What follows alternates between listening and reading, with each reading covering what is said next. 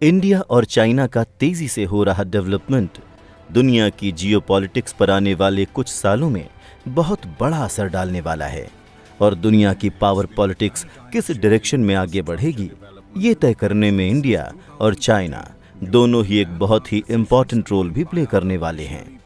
दोनों ही देशों की इकोनॉमिक ताकत और मिलिट्री पर खर्चे तेजी से बढ़ रहे हैं और साथ ही इंटरनेशनल लेवल पर डिप्लोमेसी में भी चाइना और इंडिया की आवाज मजबूत हो रही है।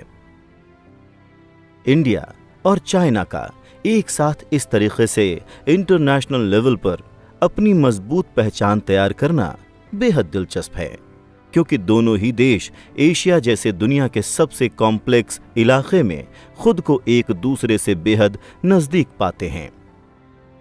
जब हम दोनों देशों की डेवलपमेंट प्रोसेस की तुलना करते हैं तो हमें ये समझने में काफी मदद मिलती है कि दोनों देश कहां पर एक दूसरे के समान हैं और कहां पर दोनों देशों की सिचुएशन अलग अलग है। हालांकि दोनों ही देशों का फाइनल गोल एक ही है, वो ये कि दोनों देश खुद ग्लोबल सुपर पावर बनना चाहते हैं। अब इंडिया और चाइना की ग्रोथ से एक बात तो हमें पहले से ही मालूम चल रही है कि 21वीं सदी एशिया की सदी होने वाली है। ट्रेडिशनल वेस्टर्न नजरिए से देखा जाए तो इंडिया और चाइना के डेवलपमेंट को उसी तरीके से देखा जा रहा है जिस तरीके से आज की और पुरानी ग्रेट पावर्स के डेवलपमेंट को देखा जा रहा था, जहां पर ग्रोथ में ट्रेडिशनल मटेरियल और मिलिट्री ताकत एक अहम टूल थे। लेकिन हम इस बुक समरी में ये जानेंगे कि इंडिया और चाइना को वर्ल्ड स्टेज पर जो राइज यानी उत्थान देखने को मिल रहा है वो वेस्टर्न कंट्रीज के राइज से काफी अलग है। मिलिट्री और मटेरियल इकोनॉमी के साथ साथ इंडिया और चाइना की ग्रोथ के पीछे उनके डोमेस्टिक पॉलिटिकल कल्चरल वैल्यूज के साथ साथ उनकी हिस्टोरिकल आइडेंटिटी भी एक बहुत अहम किरदार निभा रही है। इंडिया और चाइना अपनी हिस्टोरिकल और कल्चरल वैल्यूज की मदद से अपने डेवलपमेंट और वर्ल्ड पावर बनने के रास्ते को अपने आप ही तय करने वाले हैं और शायद ये दोनों देश वेस्टर्न कंट्रीज के बनाए हुए रास्तों पर अपनी मंजिल को नहीं ढूंढ रहे। इसकी एक बड़ी वजह यह भी है कि इंडिया और चाइना दोनों ही खुद को राइजिंग पावर नहीं मानते हैं। दोनों ही देशों का मानना है कि वो राइजिंग नहीं बल्कि रिटर्निंग पावर हैं। दोनों देश दुनिया में अपना खोया हुआ स्थान वापस दोबारा हासिल करने का सपना लेकर चल रहे हैं। चाइना का मानना है कि उसका दुनिया की सुपर पावर बनना वर्ल्ड ऑर्डर में कोई अलग बदलाव नहीं लाएगा, बल्कि वर्ल्ड ऑर्डर को उसकी नेचुरल पोजीशन में पहुंचा देगा। और चाइना ऐसा इसलिए कहता है क्योंकि ऐतिहासिक तौर पर देखा जाए तो चाइना हमेशा से ही दुनिया की सुपर पावर्स में से एक रहा है और यही बात इंडिया के लिए भी सच है। अगर इतिहास के पन्नों को पलट कर देखा जाए तो चाइना की तरह इंडिया भी दुनिया के सुपर पावर्स में से एक रहा है। इंडिया के लीडर्स भी लगातार अपने शानदार इतिहास की ओर लौटने का नारा लगाते रहते हैं, जहां पर वो दुनिया की सबसे इकोनॉमिक और पॉलिटिकल ताकत थे। अगर दुनिया की जीडीपी के पुराने आंकड़े उठाकर देखे जाएं तो हम पाएंगे कि हमेशा से ही इंडिया और चाइना दुनिया की जीडीपी के सबसे बड़े हिस्सेदार रहे हैं। अब जब इंडिया और चाइना दोबारा अपने पुराने रुतबे को हासिल करने के लिए तेजी से आगे बढ़ रहे हैं और दुनिया की मौजूदा सुपर पावर्स को हर फील्ड में चुनौती दे रहे हैं तो वर्ल्ड पॉलिटिक्स बेहद इंटरेस्टिंग हो चुकी है। एशिया के उभरते हुए सुपर पावर्स के तौर पर इंडिया और चाइना किस तरीके से आगे बढ़ रहे हैं, इस बात की स्टडी करने के बाद क्रिस ऑगडन ने China and India Asia's emergent great powers book लिखी है। ये book China and India Asia's emergent great powers book लिखी है। ये बुक इंडिया और चाइना की ग्रोथ और डेवलपमेंट को बेहतर तरीके से समझने में मदद करती है। 1. Chinese politics. अपने इस ऑडियो के इस पहले एपिसोड में हम चाइना के पॉलिटिकल सिस्टम और उसकी फॉरेन पॉलिसी के बारे में जानने की कोशिश करेंगे। हम जानेंगे कि चाइना में फॉरेन पॉलिसी कैसे बनती है, कहां पर बनती है और उसे कौन बनाता है। अगर हम गौर करें कि बीजिंग और नई दिल्ली के पॉलिटिकल सिस्टम किस तरीके से काम करते हैं, तो हमें दोनों के सिस्टम के काम करने के तरीकों में जमीन आसमान का फर्क नजर आएगा।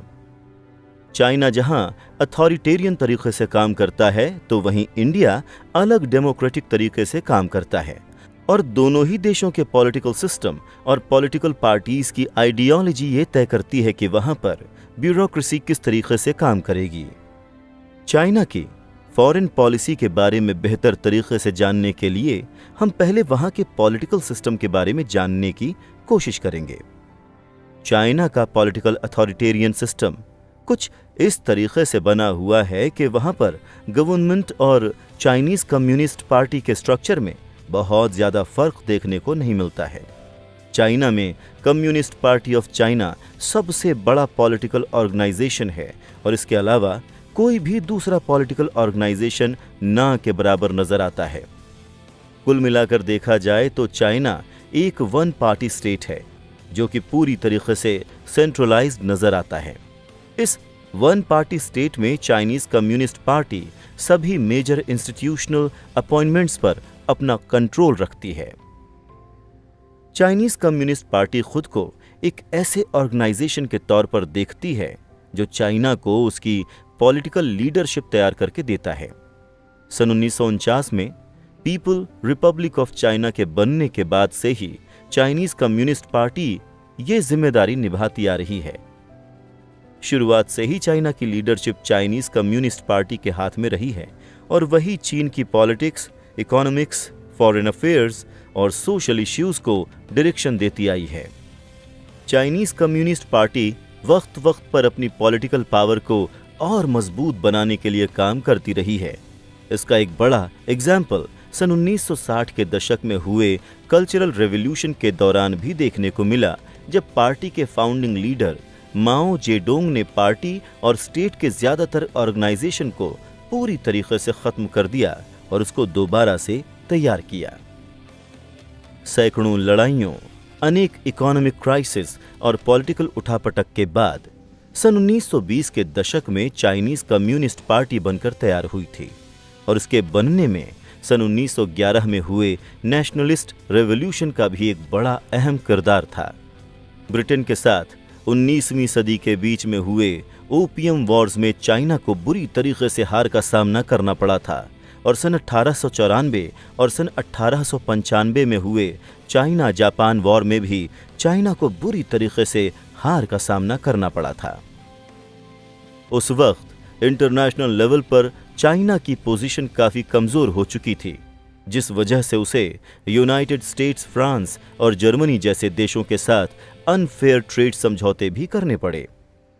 चाइना इंटरनेशनल लेवल पर इतना कमजोर हो चुका था कि सन 1919 में ट्रीटी ऑफ वर्सेल्स के दौरान उसकी मर्जी के बिना जर्मनी के कब्जे वाले शेंडोंग इलाके को जापान के कब्जे में दे दिया गया था। ट्रीटी ऑफ वर्सेल्स अपने वर्ल्ड वॉर के बाद हुआ सबसे अहम अग्रीमेंट, जिसके तहत वर्ल्ड वॉर में जीते हुए देशों ने हारे हुए देशों पर अपनी शर्तें लागू की थीं। इधर चाइना को इंटरनेशनल लेवल पर लगातार बेइज्जती का सामना करना पड़ रहा था और चाइना में कई लोगों ने इस बात को मुद्दा बनाकर देश भर में प्रोटेस्ट करना शुरू कर दिया।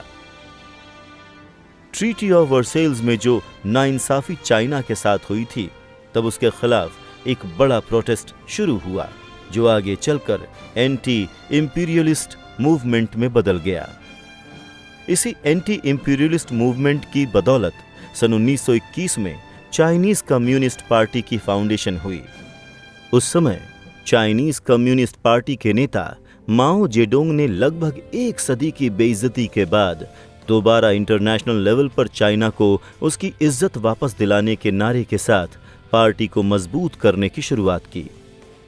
सन 1945 में जापान को हराने का क्रेडिट लेते हुए चाइना ने गद्दी पर काबिज होने की कोशिश की, लेकिन उसे नेशनलिस्ट क्यूमिनटैंग पार्टी के साथ लगभग 4 साल के सिविल वॉर में उलझे रहना पड़ा। आखिरकार सन 1949 में चाइना की बागडोर चाइनीज कम्युनिस्ट पार्टी के लीडर्स के हाथ में आ गई, जो कि आने वाले 40-50 सालों तक चाइना की पॉलिसी तय करने वाले थे। देश की बागडोर हासिल करने के बाद चाइनीज कम्युनिस्ट पार्टी ने चाइना के हिस्ट्री को बेस बनाकर फॉरेन पॉलिसी और देश की इमेज को बनाने का काम शुरू किया। माओ जेडोंग का कहना था कि वो अपनी गरीब कंट्री को एक अमीर कंट्री बनाना चाहते हैं और अब तक उसके राइट्स यानी हक जो उससे छीने जा रहे थे उन्हें वापस लेने का वक्त आ गया था। चाइनीज कम्युनिस्ट पार्टी का एक लंबा रेवोल्यूशनरी इतिहास रहा है और उसने भी देश की सेंट्रल ऑर्गेनाइजेशन की पॉलिसी बनाने में एक इंपॉर्टेंट रोल प्ले किया था।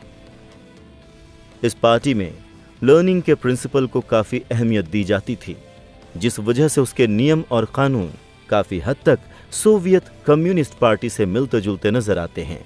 साथ ही चाइनीज कम्युनिस्ट पार्टी काफी हद तक लेनिन और मार्क्स के आइडियाज से इन्फ्लुएंस्ड है और इसी वजह से चाइना की फॉरेन पॉलिसी ट्रेडिशनल चाइनीज नजरिए के साथ मार्क्सिज्म का मिला जुला रूप नजर आती है। यहां पर ध्यान देने वाली बात यह है कि चाइनीज कम्युनिस्ट पार्टी दुनिया में सबसे ज्यादा लंबे वक्त तक किसी देश पर रूल करने वाली पार्टी है। साथ ही साथ लगभग 85 मिलियन मेंबर्स के साथ ये दुनिया की दूसरी सबसे बड़ी पॉलिटिकल पार्टी भी है। पहले नंबर पर इंडिया की भारतीय जनता पार्टी मौजूद है। इसके अलावा चाइनीज कम्युनिस्ट पार्टी की यूथ लीग के साथ भी लगभग 86 मिलियन लोग जुड़े हुए हैं। चाइना में चाइनीज कम्युनिस्ट पार्टी के जुड़ने के लिए एक होड़ सी लगी रहती है और हर साल लाखों लोग इस पार्टी से जुड़ने के लिए अप्लाई करते हैं, लेकिन इनमें से केवल कुछ ही चुनिंदा लोगों को पार्टी में शामिल किया जाता है। पार्टी से जुड़े हुए लोगों को काफी फायदे मिलते हैं। आमतौर पर यह भी देखने को मिलता है कि पब्लिक इंस्टीट्यूशंस में ज्यादातर पोजीशन चाइनीज कम्युनिस्ट पार्टी से जुड़े हुए लोगों को ही हासिल होती है। तो ये तो बात हुई चाइनीज पॉलिटिक्स के बारे में।